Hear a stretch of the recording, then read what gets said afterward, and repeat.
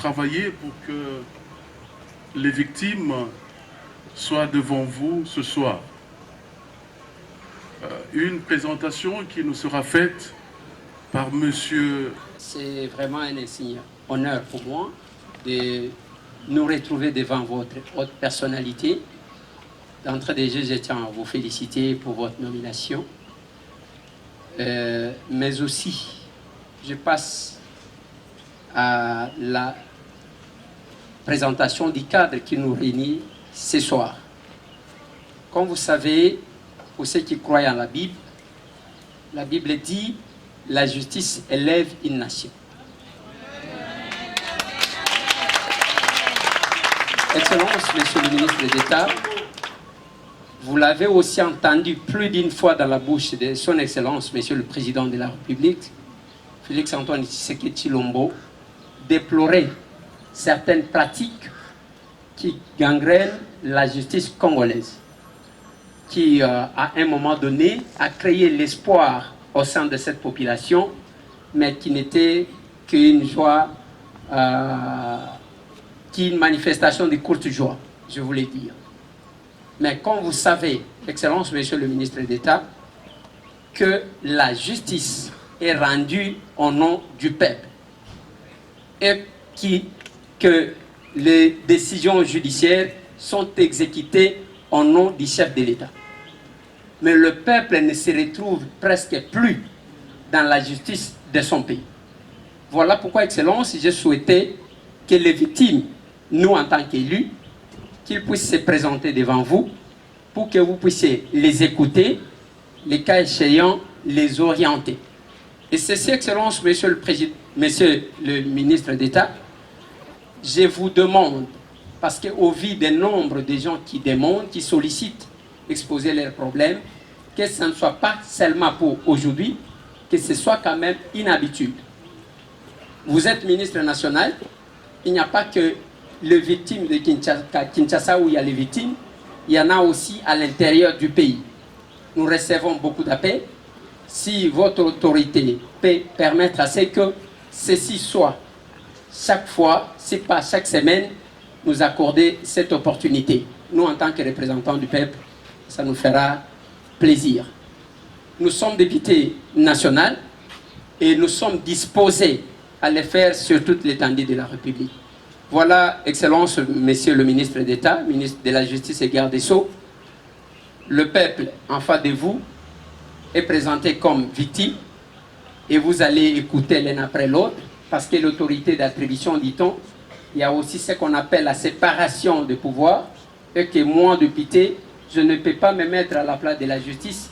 Nous nous confions à votre autorité pour les écouter. Merci beaucoup, Excellence, Monsieur le ministre.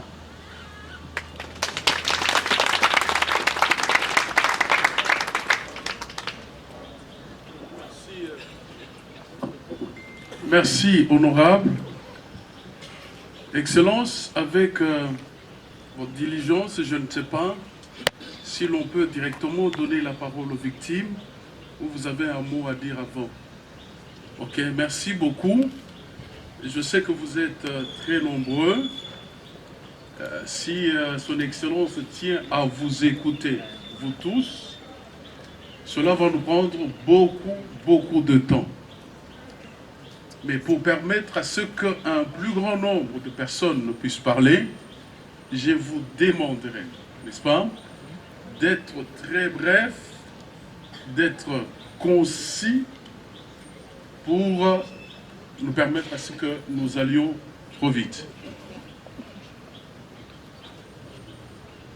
Vous avez un mot? Oui, attendez. Ok.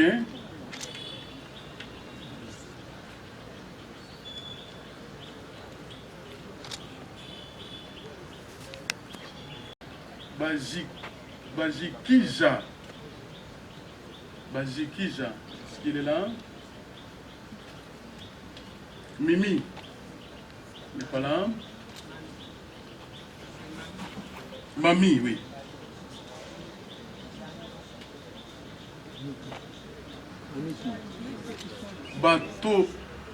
Bationa.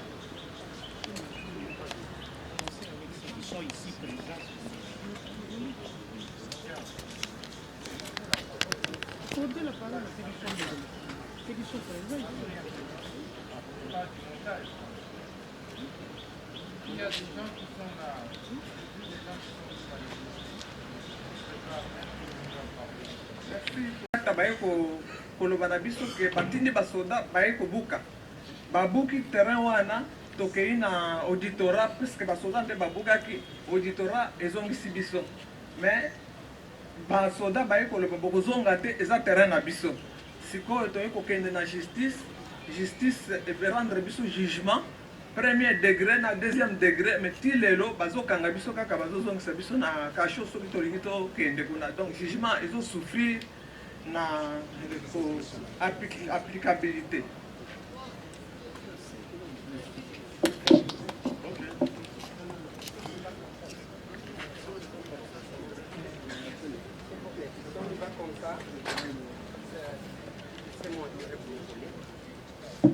Soki tokende ngwana bato makasi kande mutu baolo. S'il vous plaît. To salaki liste oyo, ça va. To salaki liste oyo pona to landa ordre. OK? Comme monsieur Télémi, je vous accorde la parole, mais moi-même je vais m'en occuper, ça va? Oui.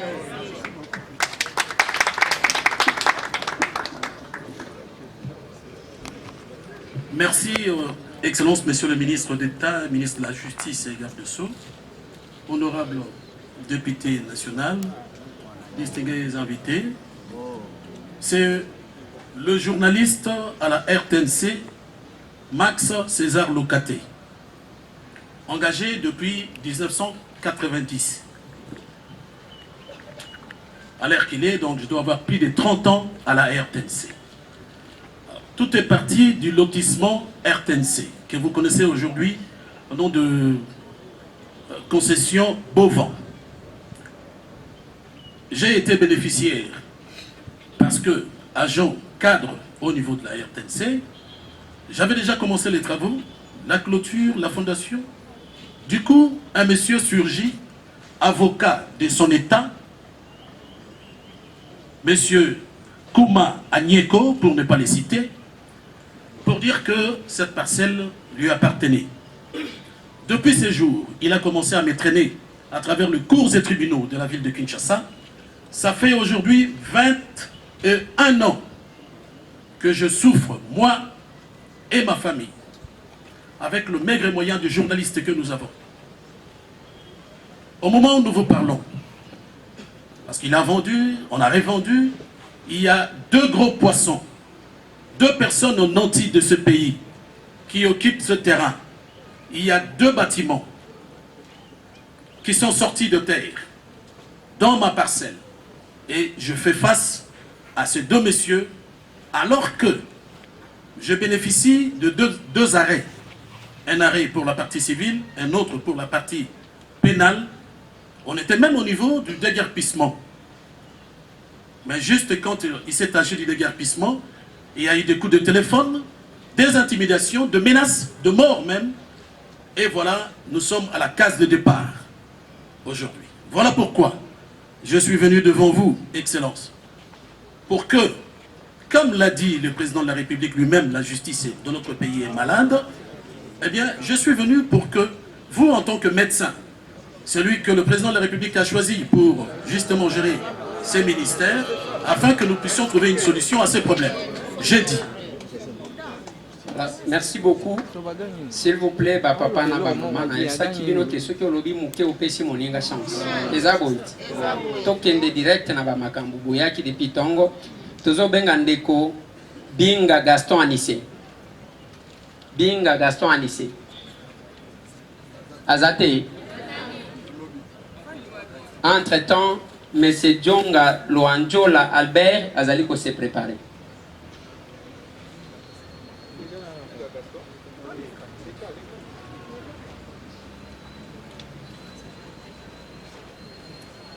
Donc vous allez un peu rapide, s'il vous plaît.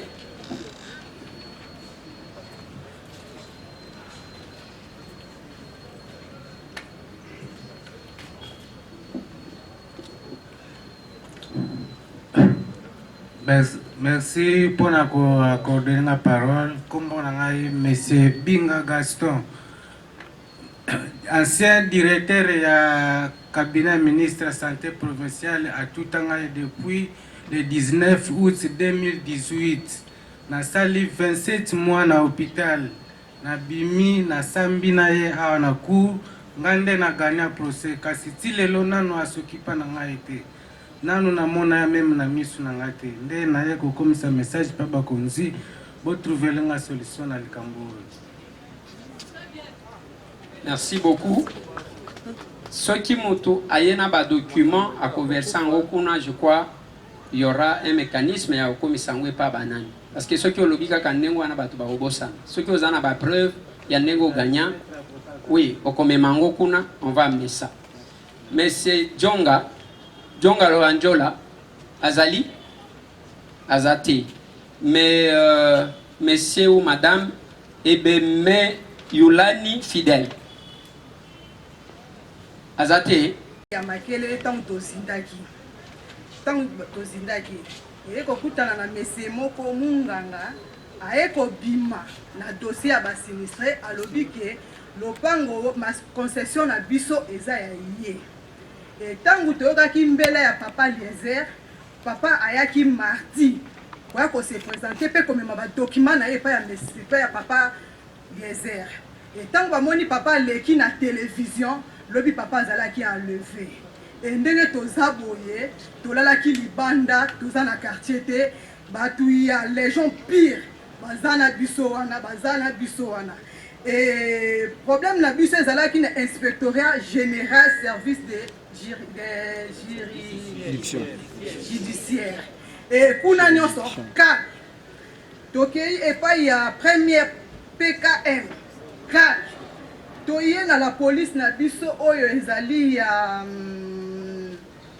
les gens pire kuna nde esika biso tozalaki ba victime ne esika bayaki ko enlever papa. Et lobi tango baza ko enlever papa j'étais toujours sale et bayebaki ngai te bayebaki pe position na ngai te. Jusqu'à maintenant je suis en communication na bato esika bake kotika papa na nsele bazosenga $5,000 et na monsieur wana aza présent et monsieur wana aza ta na document mon côté nazala ba document na ngai nyonso yango nazali na certificat na nga yango pendant 8 ans. Voilà. Merci beaucoup, Excellence. Peut-être un petit commentaire. Maman Oyo Aouti Koloba Mobali na yenenge tozaboyi. Nous demandons votre implication parce que son mari a été enlevé. Nous avons un bébé Oyo Baza bébé Bazali Libanda Nengi Bazawan. Ils sont arrivés ici depuis 5 heures ici parce que Balandaki.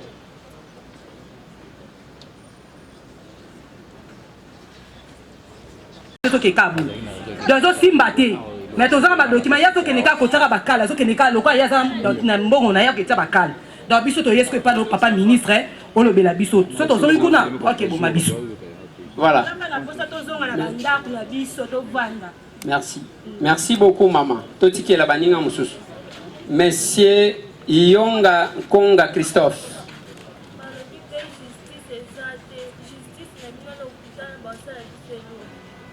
Voilà. Merci. Monsieur Kongazate, Madame Kabulanda Makolo Henriette. Elle est là? Oui, elle est là, la maman. Entre-temps, les collèges, les collectifs des professeurs, avec Maman Milo, c'est ça, se préparent.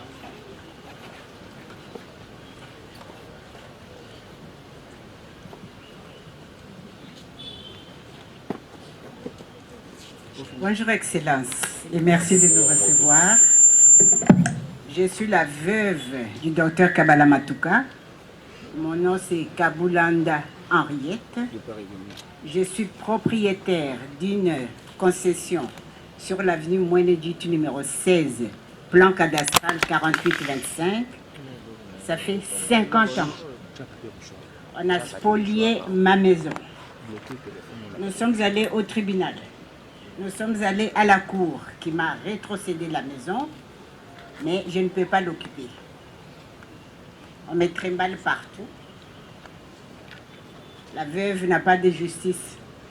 Je suis dehors. Et j'ai besoin de vous, monsieur le ministre. Si vous avez besoin d'autres renseignements, mon avocat est là. Il peut continuer ça. Merci, monsieur. Son Excellence, monsieur le ministre des États.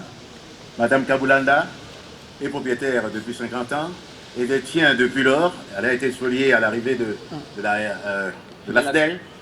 Et depuis, la justice lui a remis sa maison depuis 2010. Et depuis lors, elle ne peut pas y accéder parce que des forces armées sont positionnées là-bas. Quand on est allé en 2012 pour déguerpir, on les a chassés par la garde républicaine. Ils sont allés justement donc, en pourvoi. La Cour d'appel de Kinshasa 2021 a confirmé l'arrêt de 2010. Et depuis, nous sommes dehors. Nous sommes pourtant détenteurs des titres authentiques depuis 50 ans. Nous sommes en plus de cela détenteurs de seuls, uniques, exclusifs titres authentiques depuis la genèse de ce conflit jusqu'à présent. Il n'y a pas d'autre. Et nous sommes dehors. La dame est dehors. Ce titre exécutoire, présenté devant tous ceux qui détiennent donc le pouvoir, c'est-à-dire tous les procureurs généraux, donc tous militaires ou civils, quand on présente ça, ils se défilent. Personne n'a d'égard vis-à-vis de cet arrêt exécutoire. Ça fait maintenant depuis 2010. On s'en moque éperdument. On parvient même à ordonner son inexécution par l'IG. Donc c'est grave. La dame est dehors, la veuve. Merci, Son Excellence, pour pouvoir nous aider dans ce dossier. Merci. Merci beaucoup. Madame Kabe, Monsieur Kabe Yantumba Jansi. Oui. Il se prépare, vous patientez, il y a les collectifs des professeurs. Non. Kabe, oui, patientez. Yozo Yassimana Bango. Oui, allez-y. Merci de la parole. Excellence, ministre de l'État. Le collectif des professeurs de l'Université de Kinshasa ont acquis beaucoup de parcelles dans la concession de Gilles Brasserie. Ils ont été irrégulièrement déguerpis. Ils ont saisi l'inspectorat des services judiciaires. À vos côtés, vous trouverez une autorité qui a décidé pour qu'ils soient réinstallés. Ils ont été réinstallés. Curieusement, on les a, encore une fois de plus, une certaine résistance s'est fourvoyée. Ils se sont adressés au procureur général qui a établi une réquisition. Cette réquisition des forces leur a permis d'obtenir la force publique. Curieusement et malheureusement, maintenant que nous parlons, la police ne sait pas accéder à cette concession parce que l'auditeur supérieur de l'auditorat de Matete s'implique personnellement pour que cette police n'intègre pas la concession. Et on ne s'est pas arrêté là-bas, on s'est adressé à l'auditeur général pour démontrer le comportement et l'interférence de l'auditeur supérieur. Bon, il nous a renvoyé devant la même autorité qui nous tourne en bourrique. Donc, nous nous sommes rendus compte qu'avec ces institutions, nous n'évoluerons pas. Comme nous avons entendu votre autorité, pour que vous puissiez vous impliquer. Vraiment, la justice souffre. Impliquez-vous en votre qualité d'avocat, vous savez ce qui se passe. Donc, il ne reste que l'auditorat supérieur de Matete s'abstienne pour que la police exécute les décisions judiciaires. Je vous remercie. Merci beaucoup. Monsieur Kabeyan Tumbajansi. Nous avons insisté tant que vous autres Kabadoku. L'air a tekeli biso, a tekeli ngai, ezaki 3 terrains, il y a 25 sur 30, 4 terrains, il y a 25 sur 30, na $12,000. Tant que tekeli biso ba coutumier ba yaki so ba gagné procès. Banda wana na depuis 2012, ti lelo nazoluka nanyoyo nasi mbele lito, mwana ya lito momboti. Ti lelo nazoko tozola la libanda tokomi ba locataire ba bimisaka biso na banda, tandis que ba mapango na biso na nga nyonso to il fallait nazwango yango na komi epa na yo pour intervenir dans ma solution. Merci. Tolobaki que makambo oyo okenda na justice et que vous allez sentir injustice, soit ba décision vous allez souffrir d'exécution. Tolobaki, mais c'est qu'à la KMB Jean-Pierre, Azate. Mais entre-temps, Maître Toussaint Alonga se prépare.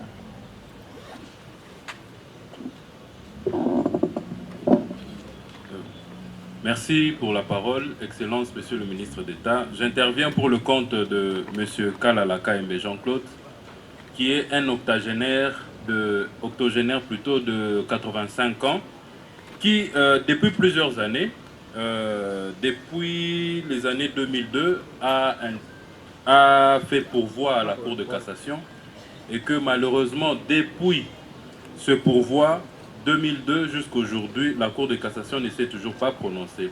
En fait, le problème, c'est quoi? C'est que c'est un conflit foncier. Il est détenteur des titres depuis les années 60 qu'il a acheté une parcelle sise sur l'avenue Bolafa, numéro 37, quartier Kimbangu, commune de Kalamo. Et que dans les années 90, il s'est vu être déguerpi par un de ses cousins, malheureusement. Et que il a intenté une action contre ce cousin-là et que pendant la procédure, pendant l'instance judiciaire, le cousin est décédé malheureusement et on l'avait poursuivi à cette époque pour faux usage de faux parce qu'il détenait des faux documents. Et que plus tard, vers les années 2000, la fille de ce cousin-là a fait usage de ces faux-là et que M. Kalala a eu à intenter une action devant le tribunal. S'il vous plaît. Awa bozoya ko sambate olobi que tozolinga te que M. Kalala a intenté tozolobela makambo ya que justice apesa kinga raison et que raison nangai nazokota na droite soit que nazaki na raison nanga justice bakateli mutu ambongo. C'est ce que nous voulons. Exactement, c'est ça. Alors lorsque M. Kalala a kendaki na justice na premier degré, tribunal de paix et Sambaki paix et Kataki Likambo et condamnaki Madame Wana pour faux usage de faux et condamnaki à 6 mois.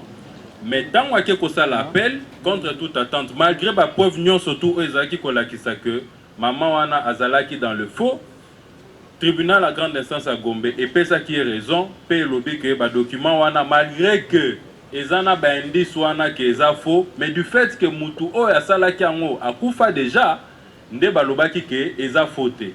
Na yango wana M. Kalala avait fait un pourvoi en cassation en 2002 jusqu'à aujourd'hui.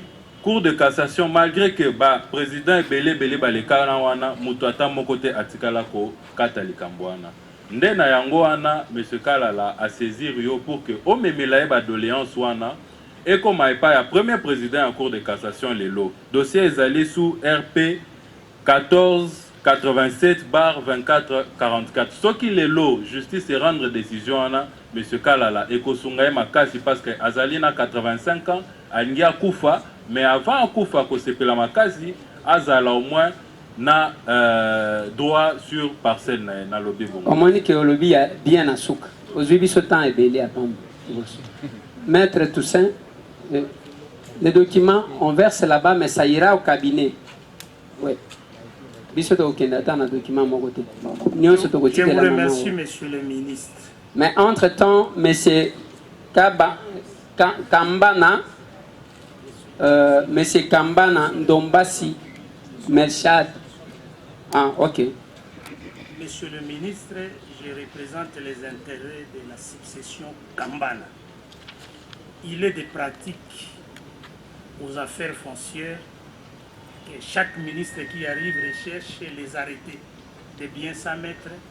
Tel a été le cas pour mes clients, propriétaires depuis 63, mais dépouillés en vertu d'un arrêté de bien s'en mettre. Nous sommes allés revoir le ministre. Il a rétracté son arrêté. Nous sommes allés devant le Conseil d'État par 2 fois, détenteur de 2 arrêts du Conseil d'État. Nous sommes allés occuper l'immeuble, la concession malheureusement. Cette fois-là, on nous amène la garde républicaine. Ils ont chassé les policiers qui ont été placés pour la sécurité. Nous nous posons la question de savoir quel est le rôle de la garde républicaine dans une concession privée. Monsieur le ministre, je termine pour vous dire, vous savez que dans ce pays, il y a des familles qui sont très fortes. Il y a ce qu'on appelle la logique des conquistadors. Vous savez qu'il y a des noms qui sont puissants que la justice. Vous savez aussi qu'il y a des familles qui sont très puissantes que la nation congolaise. Face à la puissance des amis, des familles, nous sommes désarmés. Voilà pourquoi nous nous remettons, comme on dit, à votre sagesse, comme déjà vous êtes papa, parce que face à la population congolaise, s'il y a lié, nous sommes situés à la 8e mairie. Au moment où je vous parle, la cliente a chamaillé avec les gardes républicaines. Elle est décédée sur place. On l'a enterrée. Parce qu'elle n'a pas accepté cette réalité. Et nous savons pourquoi ces gardes sont là. Voilà pourquoi il y a lieu de faire quelque chose. Je voudrais en profiter pour dire, prier beaucoup pour les ministres. Je me pose la question de savoir, est-ce que le ministre est Rokoka? Parce que la situation est tellement difficile. Merci beaucoup. Merci.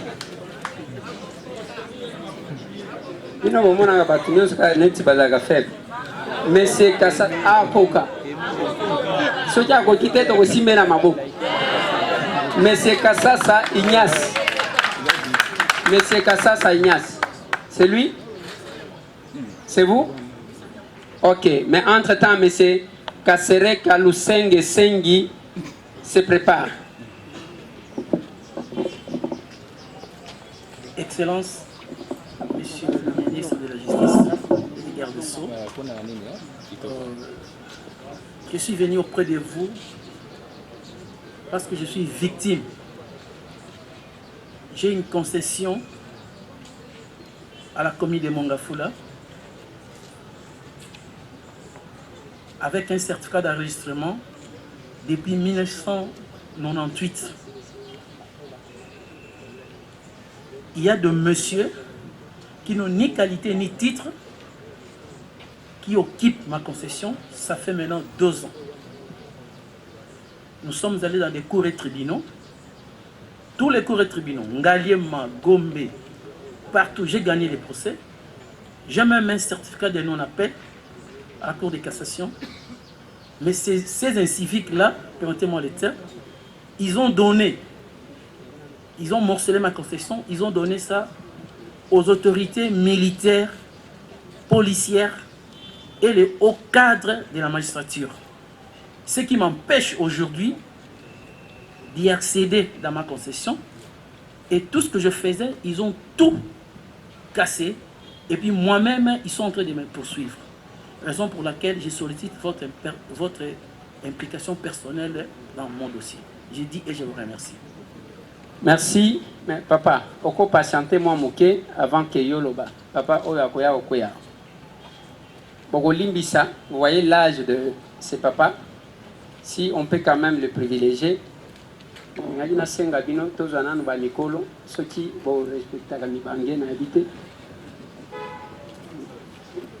mon honorable. Allez-y. Excellent monsieur le ministre de la Justice. Juste, je viens accompagner mon cousin pour le cas de leur parcelle. Il est Kambona Bango et Zabou. Le pango na machine dans le quartier 3. Na Kambi numéro 20. Wana masina ezaki na ba parcelle te. Kombo na ye abio Omao Abioba. On a ba parcelle ezaki te lere ba bandu ko pesa ba parcelle en 1969. Maman na bango azul lupango. Na 1971 fiche ya liboso yiko bima. Papa, tozobo ya histoire. Yo loba na justice ozana problème nini? Problème ezaboyi. Juste en 1916, groupe ya bato baye ko benga na bango na lupango. Baye ko benga na bango. Tango ba benga ni bango, famille kuna na poto bande ko so baza kuna baye.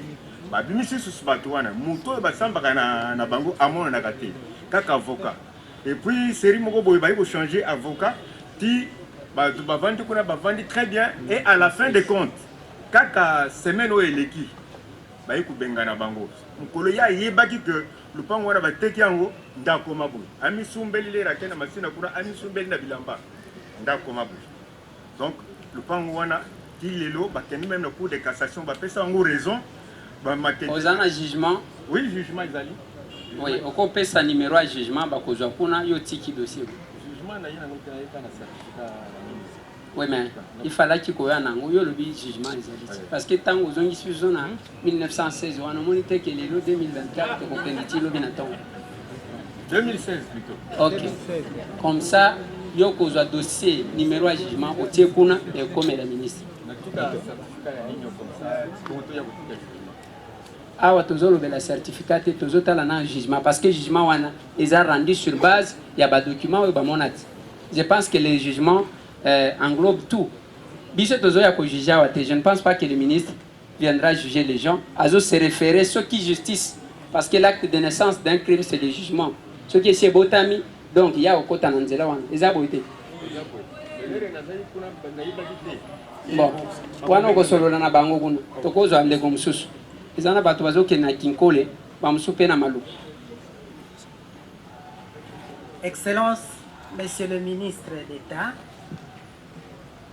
et honorables députés et autres autorités, c'est un honneur pour moi de me tenir devant vous juste pour un message assez bref concernant mon dossier. J'ai un cas d'injustice totale. Mon dossier ne devrait même pas revenir vers vous parce que vous l'aviez déjà traité et c'est Madame Virginie Kiameso qui l'avait traité. J'ai été victime d'abord d'une série de réquisitions d'informations signées par des magistrats du parquet près la cour d'appel de la Gombe et d'autres magistrats près le tribunal de grande instance de la Gombe, voulant faire passer un certain monsieur Guy Menga Matuidi, petit-fils de la personne qui m'avait vendu la parcelle numéro 3253 du plan cadastral de la commune de Ngaliema. Cette parcelle, je l'ai achetée au nom de la société dont je suis gérant délégué, société Alamanda Trading, le 10 avril 2013. Curieusement, après avoir dénoncé cette tentative d'être déguerpi par des réquisitions d'informations, vous avez donné des instructions à l'époque, demandant au procureur général près la cour d'appel de la Gombe de ne pas procéder au déguerpissement par réquisition d'informations.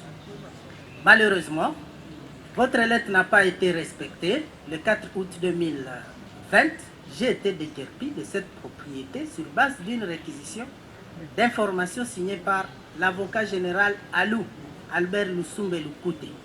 Après dénonciation à différents niveaux chez des autorités congolaises, je parle des autorités judiciaires, pardon, le président de la Cour constitutionnelle a donné l'instruction par écrit demandant que je sois rétabli, moi et ma société, que nous soyons rétablis dans nos droits. L'inspecteur général... D'accord, merci. J'ai été réinstallé le 16 mars 2022. Après ma réinstallation, les personnes déguerpies qui se disent intouchables du pays, ils ont réinvesti le lieu, ils ont tabassé les miens, ils nous ont mis dehors et ils se sont installés d'eux-mêmes jusqu'aujourd'hui. Un dossier RMP a été ouvert contre eux et une réquisition de la force publique a été établie le 27 avril 2022. Cette réquisition souffre d'une exécution jusqu'aujourd'hui, malgré que nous avons payé 5 fois les frais d'expulsion de ces personnes. Et la dernière vient d'être exécutée le 28 mai 2024.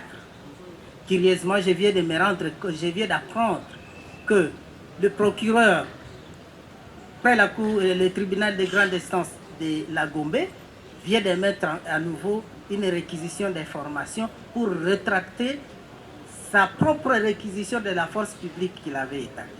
Voilà pourquoi je reviens encore une fois auprès de vous, Excellence, pour que vous puissiez nous aider à être rétablis dans nos droits et à mettre fin à cette aventure des criminels folios dont je suis victime.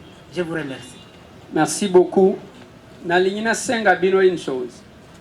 Est-ce que vous dites qu'autoriser que tous quand même ba maman ya mikolo bazalia? On peut quand même le privilégier. Maman ya.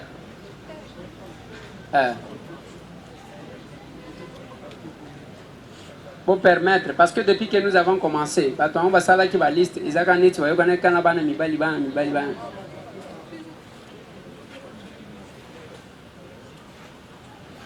Ce qui est assis ici, maman, Hollande. Parce que maman va avoir un cousin, avocat ou folio. Bonjour, monsieur le ministre. Bonjour à tous. Je ne vais pas prendre beaucoup de temps.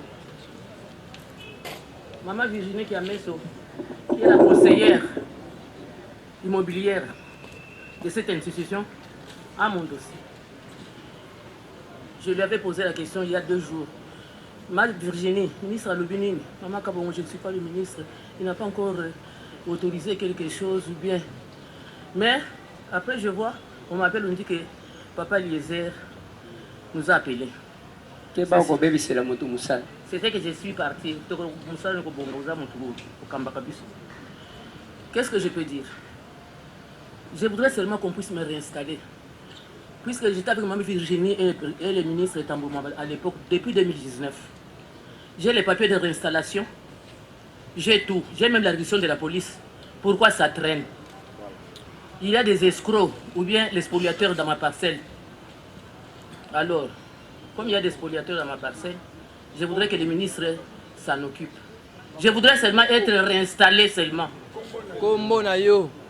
Maman Bibo Mbachimanga Hélène, Veuve Kabongo. C'est comme ça que Maman Virginie m'appelle.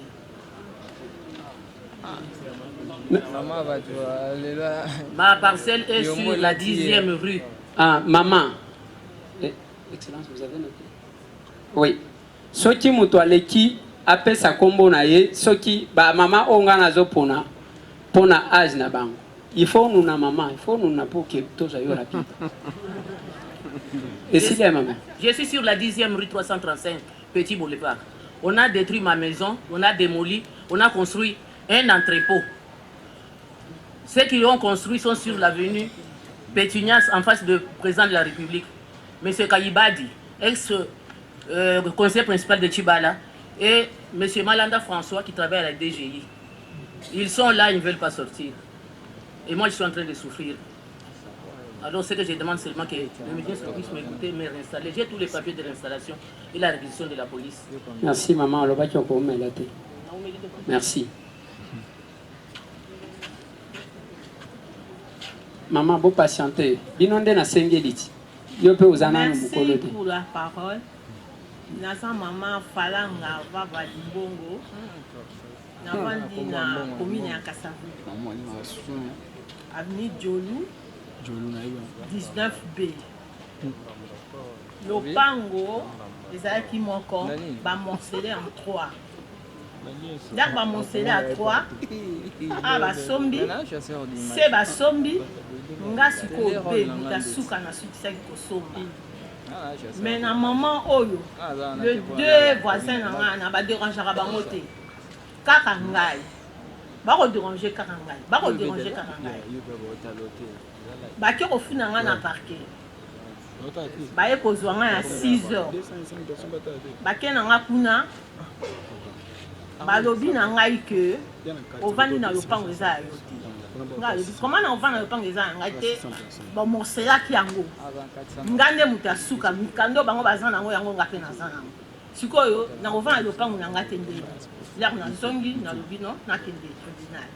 Na comme na tribunal, procès à tobando samba, procès à Souka, ezalaki même pas à Souka, ezalaki le 11 mai, le 13 mai. Ba lobi na nga liquidateur azanga lui aza. Yakana le 23 juin. liquidateur aye. Donc ndenge eleki wana na comprendre yango te.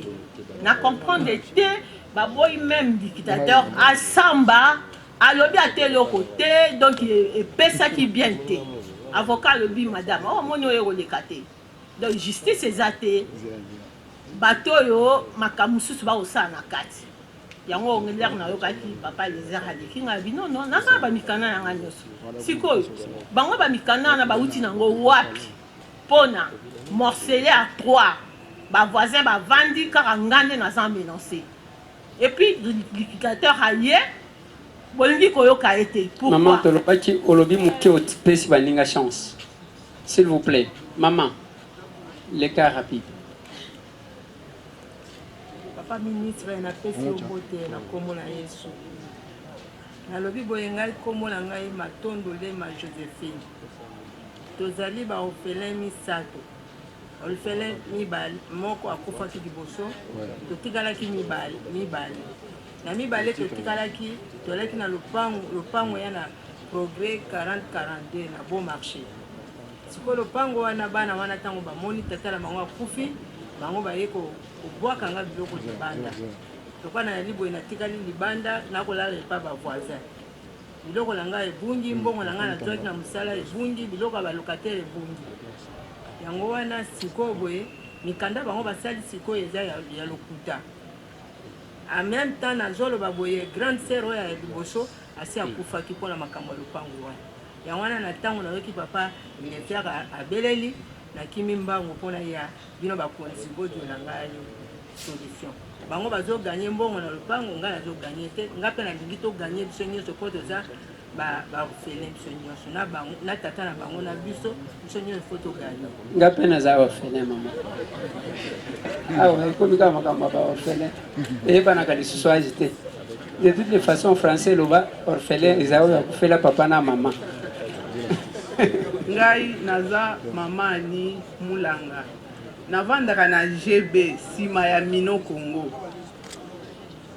le 15 ba silo na bango wana ekwelaki biso ekweli voisin ekweli pe côté na biso sikoyo côté ya voisin bato bakufi 4 epa na ngai ndako ezwi ba fissure et puis biloko ekotiti na chambre ba bleu na bango wana ekotiti na chambre ti siko ezali locataire azali kuna aza député abimi siko tango bamoni bato bakufi ye wana asali nini mindele baye oh mama tobongisa dans l'amiable biso pe tondimi balibane biso pe tondimi bake okunda bato libana zaka mondele te moto mwindu libane sikoyo sikoyo mbo biso pe tolobi ça va batindi biso epa magistrat eto aye asali makambo nyonso batindi pe bato na bango ya mbo soki ya justice soki ya nini wana batindi baye kotala ba parcelle yanga na voisin ndenge epa voisin ndako mobimba ebukani epa na nga pe moto akufaki na nsima sikoyo biso pe tozeli depuis tozelaki ti lelo ntango nani wana ekweyaki mususu etikali esali boye soki boleki place wana bokondimaki bato bavandaka place wana te bana nga babanda olala na nsima tokomi olala na bango na salon biso mpe tozwi confiance tokanisi te bakoya kotala biso tokomi kobenga bango bayebisi biso bokende na parquet ndenge parquet eza deja na poche na bango bazotinda biso bokende na parquet ndako wana babande kofutela bafuti nga mbongo te sikoyo lisusu bafuti lisusu nga mbongo te naza lisusu na eloko ya kosala te soki mwa mopepe esali ya makasi ubie mwa mbula boyoka kaka bato mosusu basali nini bakufi bakoyaka kokunda biso lisusu ata 1 minute ya silence basala ntango bato wana soki 4 soki 6 personnes bakufaki eloko na bango ezotravaille ti lelo makelele bapoussière koloba te naza na tala eloko ya naza na buku ya mokanda ya mutu ekomi osala nga mpasi kikola bamakelele or que quand on a acheté la parcelle là il n'y avait pas de bruit eloko ata moko ezalaki te bazalaki na batubwa mwa biloko ya moke nde babande osala ndenge bazotia biloko nyonso biso tozomona lelo batie oyo lelo batie boyo na ndenge ekomi neti toza na aéroport on dirait neti tovandi na aéroport bamakelela modele na modele toza na moto akolobela biso te balibane baza wana basi bazwi parquet moyen ya koloba te sikoyo ntango nayoki ke papa ministre abengi bato yango wana na ye soki akolobela biso. Ok. Ça fait 2 mois. Yo oza orpheline te maman. Merci beaucoup. Maman yaka. Wana azosiemisa lokolo pour que tozwa ye rapide. Loba na yo kaka maman. Problème eza te. Ok.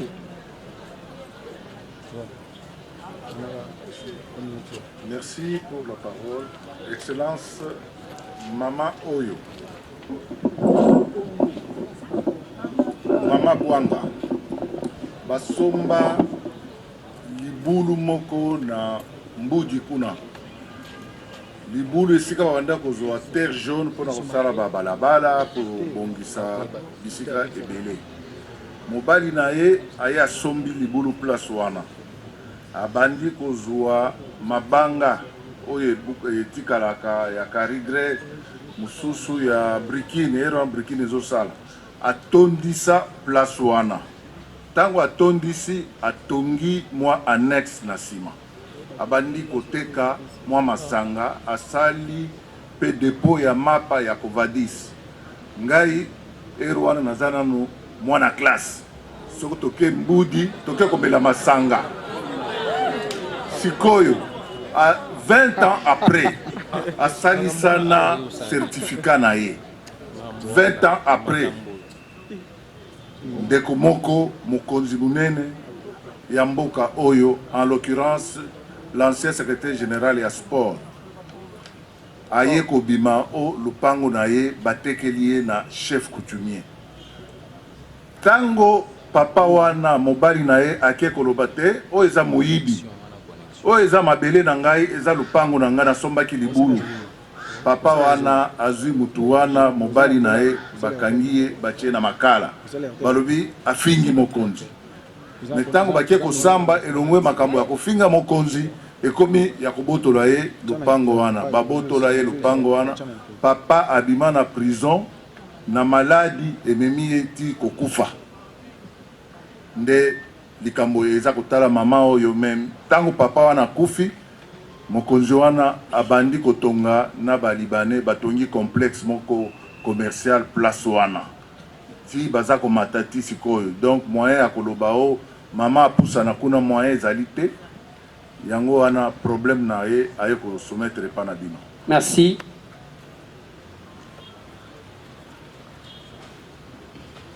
Toyo kanaka. Nalobaki mama, mama mususu wana kitenge. Tozonga na liste. Mais nalobaki tozo ba mama ya mikolo ata combien? Ok, tozonga na liste. Tozo akasi ba mama mibalo tozonga na liste.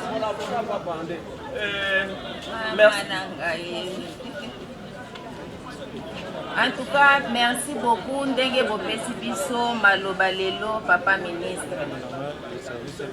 Ngai na ye liboso na bino mpo naza na bajugement na nga misatu. Mama Bisanga na Antoinette bafundi ngai na civil. Bon, ngai nakei na penal. Tokei bapesi biso ADD. Balobi ndenge bokomi na penal, bosilisana na penal totala sikoyo oyo alongi. Premier degré ya penal nazwi jugement ezao. Ye alobi mal jugé toye na TGI. Nalongi lisusu alobi mal jugé amemi ngai na cassation. Entre temps abimisi ngai na lopango nazalaki na ADD. Nakei na police judiciaire nini na IG ayoki ngai azongisi ngai na lopango alobi po nani. Merci beaucoup, Excellence, Monsieur le ministre d'État, ministre de la Justice et garde des Sceaux. Je fais juste un petit résumé de faits. Ma cliente, Madame Régine Kitenge, est victime d'une spoliation par Monsieur Badi Banga. Le sieur Badi Banga s'est auto-attribué des titres de propriété sur sa parcelle. Cette parcelle, elle l'occupe depuis 1979, avant que M. Badi Banga ne soit même né. Il faut que ça soit bien noté. Alors, après cela, M. Badi Banga s'est fait obtenir un jugement par défaut qui viole le droit de jouissance de ma cliente. Par ailleurs, pendant que le procès s'est déroulé, le procès en question n'a pas respecté le principe du contradictoire. Et ce principe fait partie d'un élément de droit de l'homme. Même le droit de jouissance fait partie d'éléments de droit de l'homme. À ce jour, M. Badi Banga est en train de se décarcasser en 1000 morceaux pour faire exécuter ce faux jugement. Parce qu'au départ, il a opté... Parce que si je me mets à expliquer... Naza bloqué par la justice. Naza na likamboboui. Parce que M. Badi Banga cherche par tous les moyens à faire exécuter ce jugement par défaut. Et nous, disons, ma cliente refuse que ce jugement lui soit opposé. Alors, elle ne fait que demander la comparution du conservateur des titres immobiliers et du chef de division des cadastres pour qu'on reprenne cette procédure-là. Et par la suite, c'est ça. Je crois que c'est... Merci, maître. Je me limite à ça. D'accord. Merci beaucoup. Tozongi na liste. Monsieur Kevani Mbo Cédric. Kevani Azate. Monsieur Kikuna, c'est ça? Kikina plutôt. Kikina.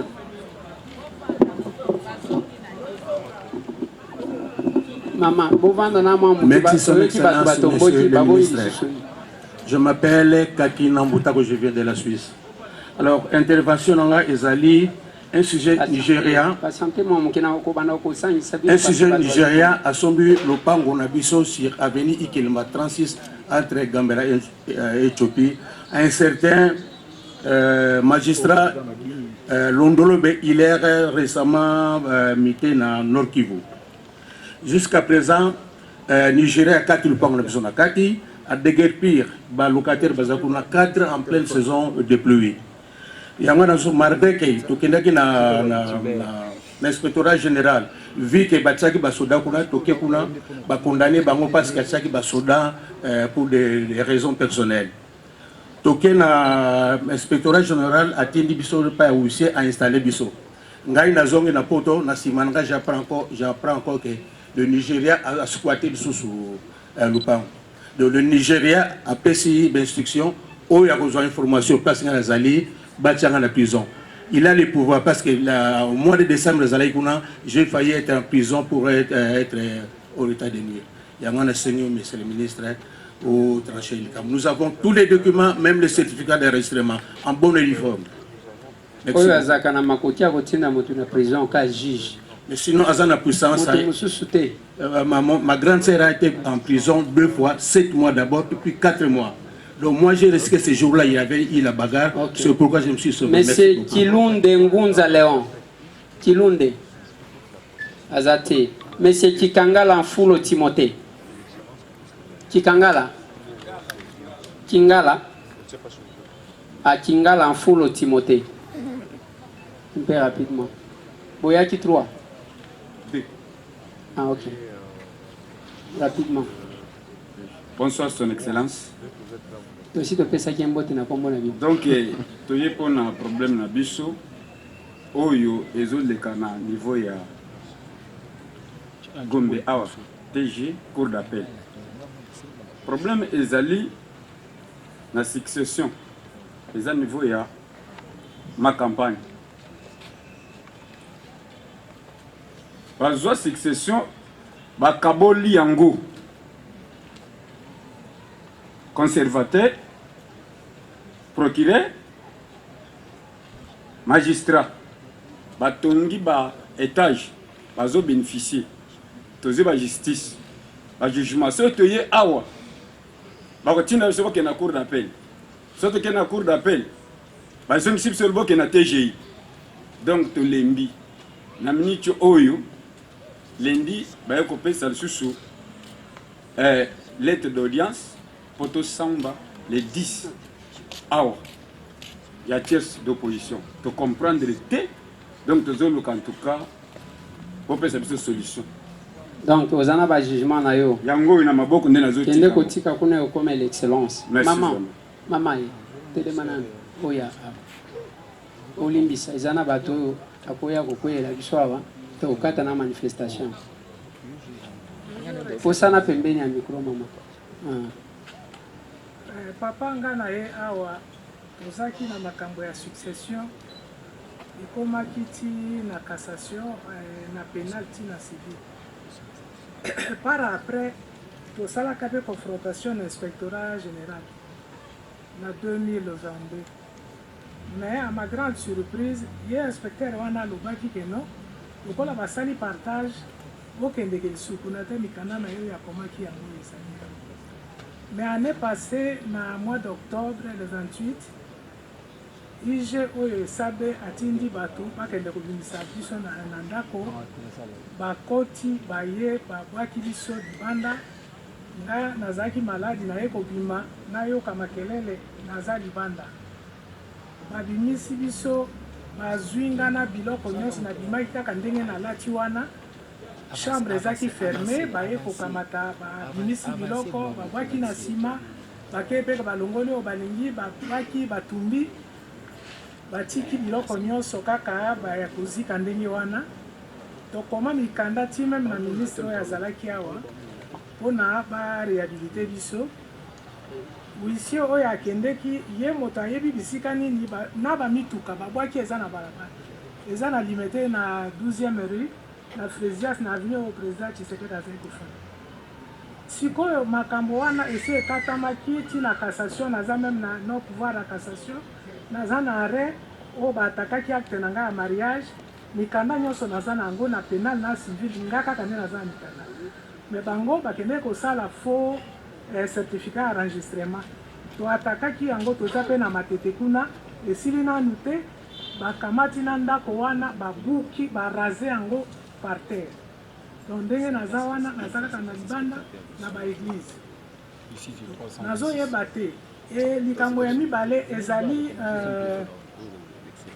maître alungu oyo awuti koloba awa ngai nalingaki azala wana akota complice na bana oyo ya mobali na nga bakende koannule arrêt na ngai oyo ya cour de cassation na tripe na Gombe awa bakendeki baannule yango après biso tolandi ti baye korehabilite ngai ekaka ye biloko nyonso bapesanga ye kaka moto azolanda awuti na prison ndenge aza wana asali 4 mois ou 5 mois na makala kaka na makambo ya biloko bapesaki nga ye ake koteka na Kingabwa na concession wana moto akendeki kotekela concession ya 2 millions na 900 yango baye kofunda ye nde baye kokanga ye po mbongo ya ye moto wana alobi no yo okosaki nga eza eloko ya solo eza boye na boye nde akendeki atiki lisusu te akoti lisusu na bana mosusu bake na DGDP na dette intérieure na oyo bapesaki nga balandi yango bake kochange kombo batie kombo ya mwana oyo ye amemaki kuna ye maître alunga nde moto akendeki kozwa leve copie naza mpe na bafotokopie nango ezali donc makambo nayaki yango wana makambo esila me moto asomba lopango oyo ya 12e rue wana ezali Charles Bakali Kalema nde ye moto asomba na ndenge a coordonné bureau de consultation populaire pour la justice pour tous.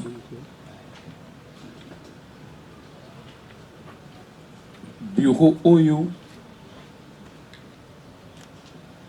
to envisager en gros pour être topesa makoki na population na ba citoyen oyo bazali injustement victime ya ba pratique judiciaire ya mabe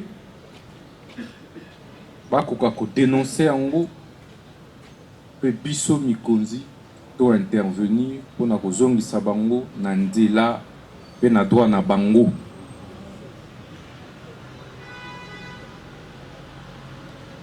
Poete Mokonzi ya Mboka, Son Excellence Félix Tshisekedi a nommé biso pona commettre fin na justice ya bato ya mbongo ya bato ya makasi esili.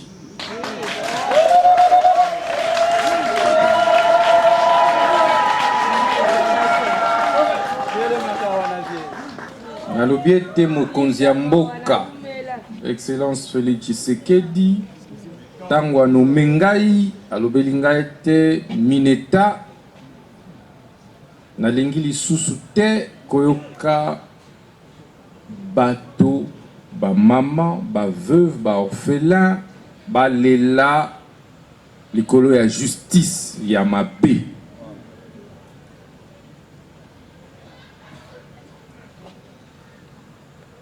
Esengeli en place mécanisme oyo et ko permettre binobo loba population et loba et tango on a yoki bino na mi rendre compte te na ba problème belé ba solution zape nango simple et alikaka parce que ba misusu ba bola ba famille ezanga kombo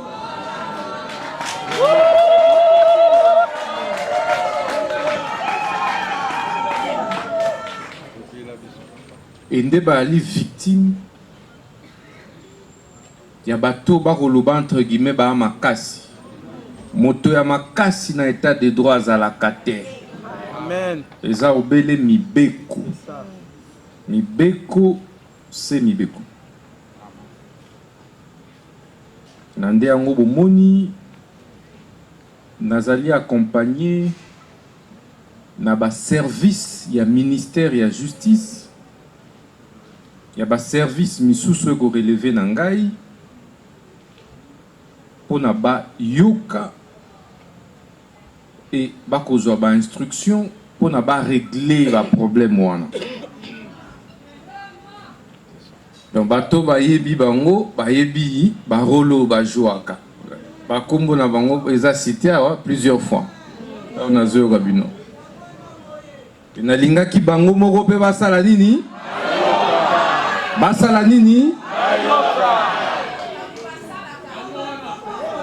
toboyi au ministre au non ministre Iningai au ministre à suspendre ngai toute population. Voilà. Beauté.